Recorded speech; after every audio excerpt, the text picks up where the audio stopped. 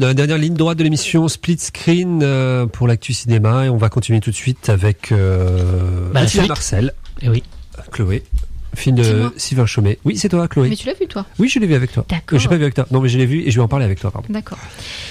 Donc c'est moi qui fais le... Ah bah le pitch. D'accord. Alors... Est-ce que tu veux que je t'aide? Attends, il faut que je me remette dans le truc. C'est l'histoire en fait de Jean Marcel. De Jean Marcel. Voilà, fils de Attila Marcel. Voilà, tout le titre. Voilà, donc Jean Marcel, donc est un jeune trentenaire, on va dire, qui vit avec ses deux vieilles tantes un peu farfelues, hein, voilà. Et Jean Marcel, il a eu un traumatisme dans son enfance qui fait que... Il y a marqué Paul. Ah bah c'est Paul, voilà, ça me paraissait Jean Marcel, ça me paraissait bizarre. Oui, Paul, Marcel, pardon. Paul a eu donc un traumatisme dans son enfance qui fait que Paul il ne parle pas, il est muet. Voilà. Par contre, il a développé certaine virtuosité pour la musique, voilà, le piano. pour le piano, et donc c'est un très bon pianiste, et donc en gros il accompagne ces deux tantes farfelues là qui ressemblent un peu à des aux sœurs au truc de Rochefort là, les demoiselles de Rochefort. Voilà. C'est quoi les sœurs de la musique là, de la chanson? Nous sommes les sœurs jumelles. Voilà, nous sommes deux sœurs. Voilà tout ça. Bon, et donc elles sont profs de danse, et donc c'est lui qui fait le fait de la musique, voilà. Et donc il va faire la rencontre d'une femme un petit peu spéciale qui s'appelle Madame Proust. Et Madame Proust, sa spécialité, c'est de faire manger des madeleines, entre autres, aux gens. On peut dire ce qu'elle fait boire aussi. Voilà, elle fait boire des trucs un peu immondes, mais elle fait manger aussi une petite madeleine pour faire passer le truc. Et forcément, qui dit les madeleines de Madame Proust dit replonger dans les souvenirs, etc., etc. Et donc aider quand même de ces infusions de champignons hallucinogènes, hein, faut quand même et le dire. aux asperges aussi. Aux asperges. Voilà, donc qui donne lieu à des très bonnes cernes au niveau des asperges. Voilà. Et donc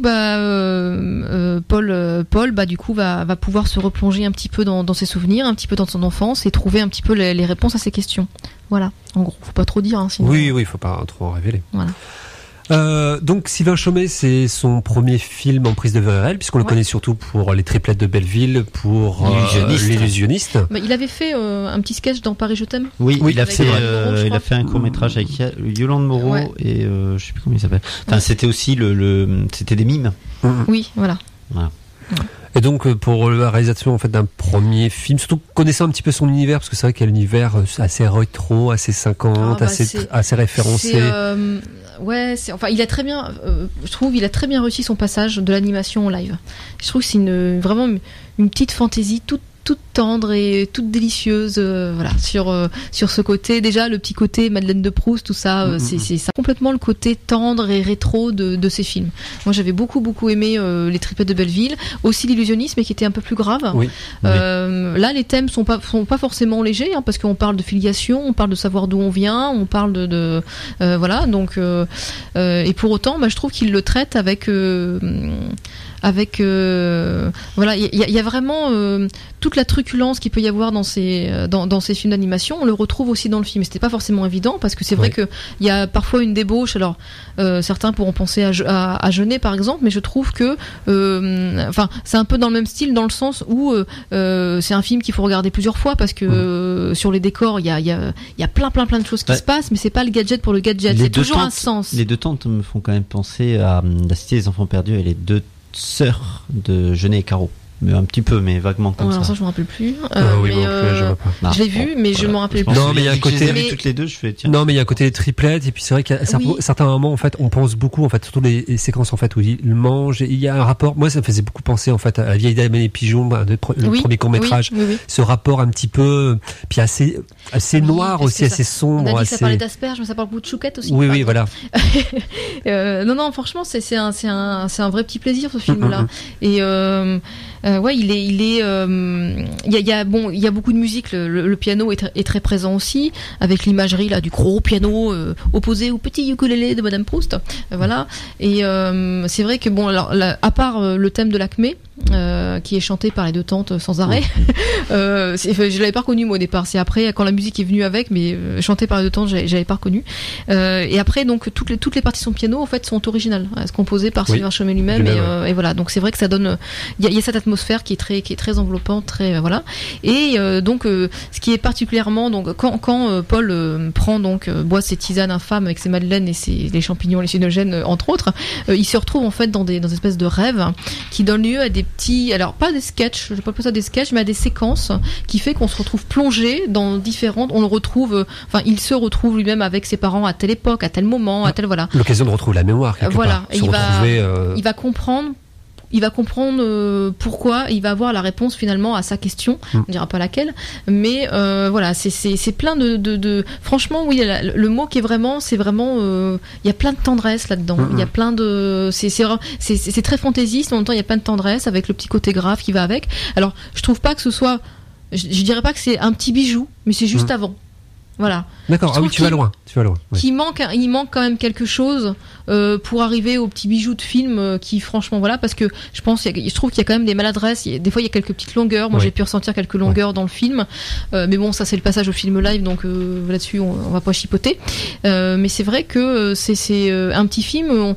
C'est un petit film qui fait du bien, et puis on a le sourire aux lèvres quand on en sort, il fait du bien. Moi, quand je suis allée, je connais l'univers de Sylvain Chomet, mais je m'attendais pas à ça non plus. Donc j'étais ravie quand je suis sortie. Et franchement, c'est un petit film qui est à voir parce qu'il fait du bien. Mais voilà, ça promet pour la suite, quoi. S'il nous en refait un live comme ça, puis qui confirme vraiment tout ça et qui rectifie, qui réajuste 2-3 choses.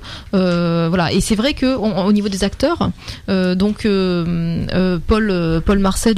et Attila Marcel sont joués par Guillaume Wix, voilà, et donc il y a dans son jeu il y a quand même du Keaton aussi un petit peu quand même, on retrouve il y a beaucoup de Keaton, voilà. Les deux tantes sont jouées par Hélène Vincent et Bernadette Lafont dans son dernier rôle sont complètement complémentaires, c'est drôle, voilà, ça fonctionne. On a Dreyfus qui passe dans un rôle qui est connu, mais il le fait tellement bien, donc ça passe.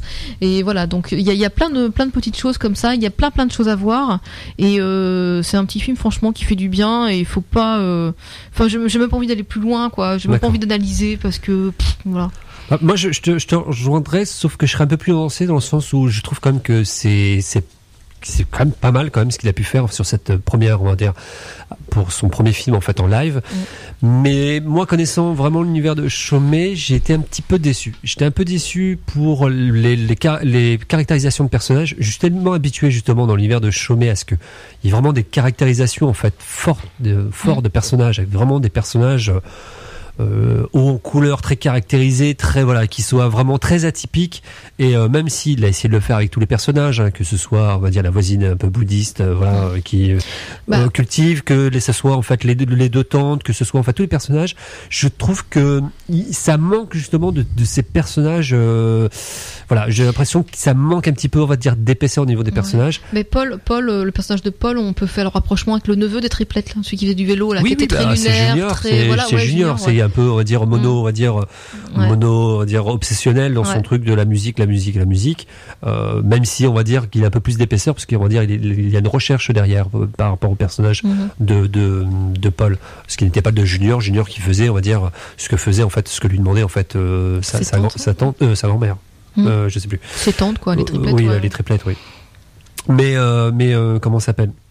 Là, voilà. Et puis au niveau visuel, je m'attendais en fait à beaucoup plus, parce qu'il a tellement aussi un univers visuel atypique que je m'attendais en fait à plus. Et à part, on va dire, ces petites scénettes, comme tu dis, l'apparition peut-être de personnages un peu, voilà. Je trouve que voilà, je regrette un petit peu. Il y a peut-être l'appartement en fait, de Madame Proust qui se distingue peut-être, mais tout le reste, je trouve justement qu'il serait mérité plus. Alors, c'est ça que j'ai aimé justement, qu'il n'y ait pas forcément un foisonnement à la Jeunet, quoi, par exemple. Ouais. Voilà, j'ai aimé ça peut-être aussi. Qu'il craignait justement la comparaison. Je sais pas, mais en tout cas, qu'il n'y ait pas ce foisonnement-là, ça m'a plu aussi, qu'il aille pas si loin. Voilà, ça, il faut chercher un peu. J'aime bien. Alors c'est vrai qu'en plus, pour ceux qui connaissent pas en fait le cinéma de Chomet, peut-être que la comparaison va être faite. Alors est-ce que parce que par manque de moyens, ou est-ce que la crainte justement, la crainte d'être comparé, je sais pas. Après c'est vrai que même si ça se rapproche, c'est quand même des univers. l'univers en fait de Genet, c'est quand même un univers, je trouve, beaucoup plus, on va dire, léger, enthousiaste, beaucoup plus coloré, alors que l'univers de Chaumet, c'est quand même beaucoup plus, on va dire, sombre et pessimiste sur le fond, hein, quand on regarde les différents personnages. Quand on regarde les thèmes, oui. Les thèmes et les personnages en eux-mêmes, hein, c'est quand même des personnages qui sont tristes. On retrouve quand même un personnage quand même de Paul qui est quand même un personnage très triste. L'histoire de Madame Proust est triste aussi. Elle est très triste aussi.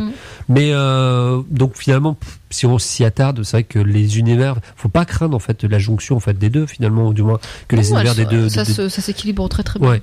Mais voilà, finalement j'ai été un peu perplexe en me disant. Voilà, j'attendais peut-être trop au niveau visuel en me disant il a été capable au niveau de ses films d'animation d'imposer une patte avec des univers visuels très marqués, et je les ai pas retrouvés en fait dans son film live. Et je trouve que moi ce que j'ai retrouvé là-dedans de ces films d'animation, c'est que justement tous ces personnages, si on les dessinait, ils seraient pas tellement différent des vrais en fait. Il y aurait pas besoin de caricature parce que voilà, toute la façon par exemple des deux tantes de tout faire en même temps, elles se lèvent ensemble, elles bougent ensemble, elles mangent la même bouchée ensemble, voilà, il y a un travail là-dessus. La chorégraphie, voilà, il y a un travail là-dessus, et donc c'est non pas cartoonesque, mais voilà, il y aurait presque rien à changer pour un film d'animation. C'est ça que j'ai aimé là-dedans. On peut peut-être, puisque leur fil, on peut donc, je pense, on est d'accord quand même pour le conseil, peut-être juste un petit peu plus mesuré que toi, un peu, parce que toi tu dis pas loin de la perfection, du moins pas loin du petit bijou. Je dis pas perfection, pour moi un petit bijou c'est pas la perfection, mais c'est un truc qui franchement fait du bien, et voilà, auquel moi je m'attendais pas. Et qui fait du bien par où ça passe, voilà, c'est tout. Après, je dis pas que c'est les petites longueurs, moi c'est peut-être aussi les petites longueurs qui m'ont un peu plombé, c'est pas le film du siècle, mais il est cohérent avec ce qu'il fait d'habitude, et voilà, c'est un beau passage. Et par rapport à ce qu'on peut voir en salle en ce moment, c'est vrai que il se démarque totalement, et que c'est vrai que c'est vraiment un petit plaisir à les voir. C'est une fantaisie vraiment un petit peu à part, quoi. Donc en ça, effectivement, c'est. Et ce film, on peut le voir en ce moment au Café des Images, me semble-t-il, et juste-il, et juste.